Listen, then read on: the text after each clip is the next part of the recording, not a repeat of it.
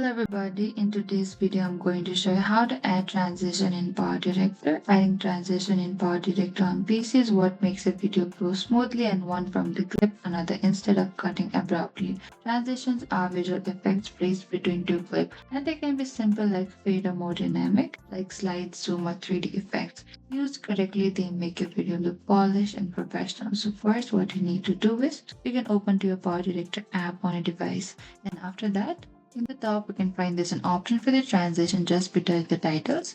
Click onto this transition. Here you can find turn up the transition that you prefer here. And at the left hand side, you can also choose the transition that you prefer and select one of the transition. And what you can do is double click the transition and simply put it down under this timeline. And that is it. This is how you can add your transition in PowerDirector. Thank you for watching this video. I hope I could help you. If you have any queries or confusion, please comment down below and we will reach out to you very soon.